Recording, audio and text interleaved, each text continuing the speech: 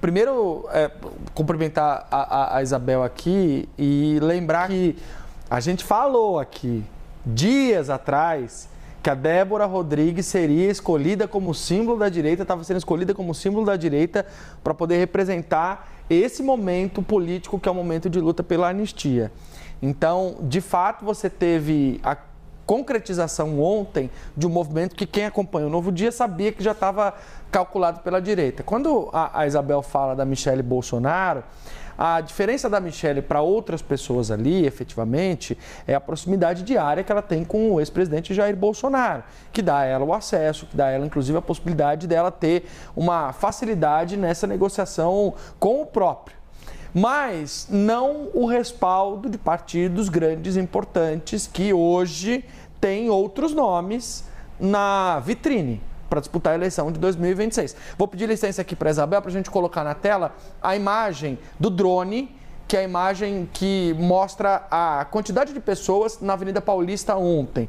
Uma imagem feita pela equipe do Silas Malafaia, ele que me enviou essa imagem e que mostra, Carol, como a foto do Rio de São Paulo foi melhor que a foto do Rio de Janeiro. Aliás, essa é a análise do Caio Junqueira no nosso site. Número mais volumoso, mais gente nas ruas, mas essa, para mim, não foi a imagem do ato de ontem. A imagem do ato de ontem foi outra, foi essa aqui. Vamos ver na tela o que representa aquilo que talvez tenha sido a imagem mais importante do ato de ontem na Avenida Paulista, que são justamente os governadores que foram escolhidos para poder, foram convidados e estiveram presentes no ato de ontem aqui na Avenida Paulista. Então você tem o Romeu Zema, o Jorginho Melo, Tarcísio de Freitas, Ronaldo Caiado, o Wilson Lima, o Ratinho Júnior e o Mauro Mendes. Esta imagem tem representados, Carol, nela, 5 partidos. O PSD, o Republicanos, o União Brasil, o PL e o Partido Novo. Esta imagem é um dos pontos de virada para a discussão sobre a anistia. Porque além desses 7 governadores, teve um 8º que também defendeu a anistia, que estaria aqui, que é o governador Cláudio Castro do PL, que não veio por causa das chuvas, mas falou sobre o assunto. Vamos ouvir o que ele disse. Eu queria me posicionar. Desaprovação de Lula sobe e chega ao maior patamar. Acho que entrou o Jorginho depois, mas você vê que até o discurso se mistura. São vários e todos seguindo a mesma linha, porque é um pouco do que o Duran coloca pra gente, porque tivemos a presença desses 7, o Cláudio Castro também viria, não veio porque, como já mostramos aqui no Novo Dia, choveu muito forte lá no Rio de Janeiro, ele ficou no estado acompanhando a situação das chuvas por lá, mas não deixou de participar, já que ele publica nas próprias redes sociais dele o manifesto com relação ao projeto. Isso, agora sim, vamos ouvir então o que disse Cláudio Castro. Eu queria me posicionar pela anistia já. Nós precisamos de um processo de anistia que soltem pessoas inocentes, que saiba diferenciar quem foi protestar, quem foi badernar e quem foi quebrar patrimônio público. Não dá para a gente ter mães de família, pais de família que estavam ali fazendo o seu direito ao protesto. A gente não pode esquecer que aqui no Rio de Janeiro convivemos muitos anos com os black blocs que depredavam tudo e ninguém teve condenações dessas. Portanto, Carol, a gente tem 3 fatores agora que mudam o jogo em relação à anistia. Na verdade, 4, para ser bem exato. 3 a favor do movimento pró-anistia e 1 contrário ao movimento pró-anistia. Quais são os 3 favoráveis ao movimento pró-anistia, que pesam a favor? Primeiro, a foto da Avenida Paulista ontem convenceu os bolsonaristas de que há um movimento popular de luta para essas pessoas deixarem a prisão. Então, eles conseguiram reunir um número significativo de pessoas para conseguir uma imagem que representasse essa batalha da direita. Segundo, nós temos a reunião de 8 governadores declarando publicamente um apoio a esse projeto. Isso influencia as bancadas dos estados. É bom que a gente lembre que nesse grupo de governadores você tinha São Paulo, Rio de Janeiro e Minas Gerais, os 3 dos estados mais populosos aqui no Brasil. Junto ali com a Bahia, representam os estados mais populosos do Brasil. Então a gente está falando das maiores bancadas no Congresso Nacional. Esses governadores podem eventualmente exercer pressão sobre esses deputados para poder fazer com que isso chegue no presidente Hugo Motta.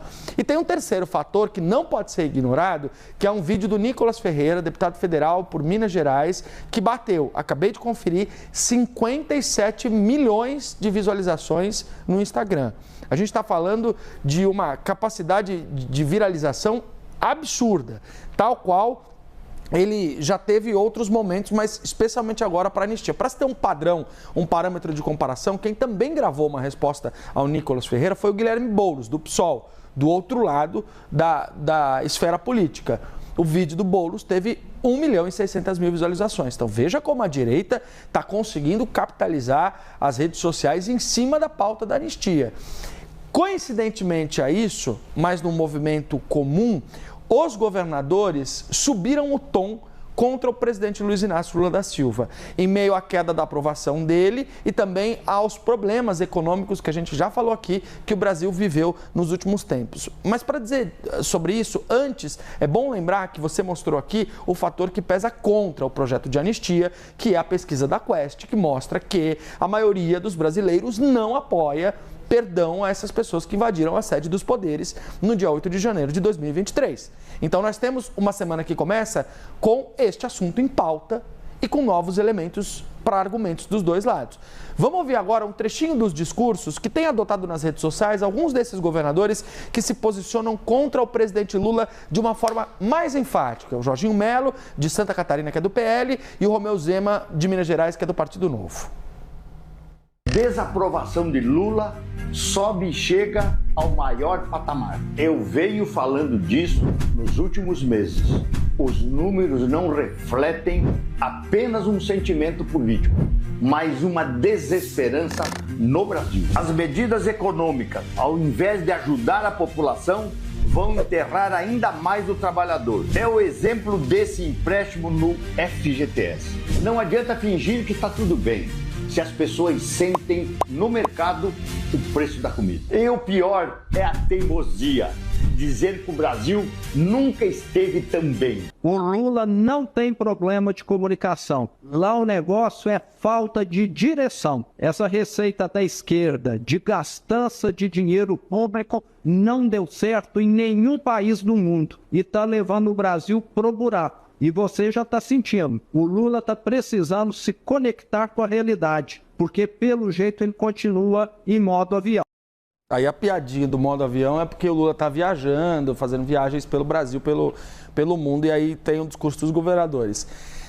As pessoas da esquerda, elas, com quem eu conversei, chamaram de oportunismo puro a ação dos governadores que criticam o presidente Luiz Inácio Lula da Silva, trazendo um pouco do outro lado dessa discussão, Carol. Porque passaram a fazer isso, já esquentando os motores para a campanha eleitoral do ano que vem, em meio à desaprovação do Lula e nesse movimento de oposição política. Mas é importante porque a presença dos governadores ontem, aqui no ato de São Paulo, e a subida de tom dos governadores nas redes contra o presidente Luiz Inácio Lula da Silva, elas marcam um momento diferente na política, porque até agora os governadores não estavam totalmente engajados. Tarcísio de Freitas disse ontem aqui na Avenida Paulista sobre o trio elétrico, defendendo a anistia, palavras que não tinha dito ainda. Cláudio Castro, ao defender o projeto de anistia, muito embora tenha ido na manifestação do Rio de Janeiro, disse palavras que não tinha dito ainda. Então, o cenário mudou e agora o jogo está se conformando em relação a essa expectativa do ano que vem.